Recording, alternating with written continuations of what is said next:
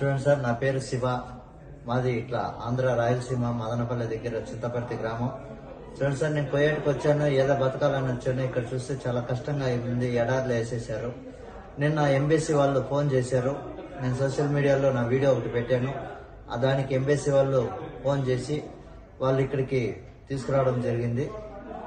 కాకపోతే కొంచెం ఇబ్బందులు, అక్కడ చాలా కష్టపడ్డాను. ఇక్కడికి ఆఫీస్ దగ్గరకు వచ్చాను, సార్ వాళ్ళు తీసుకొచ్చారు. కొంచెం కాకపోతే వాళ్ళు సాయం చేశారు.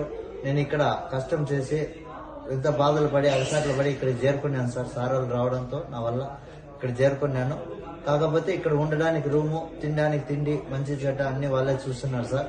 ఇక్కడ నుంచి ఇండియాకు పంపించేదాకా సార్ వాళ్ళదే బాధ్యత అని చెప్పారు.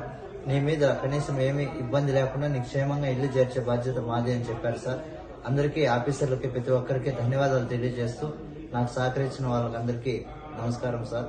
అందరికీ ధన్యవాదాలు తెలియజేస్తున్నాను.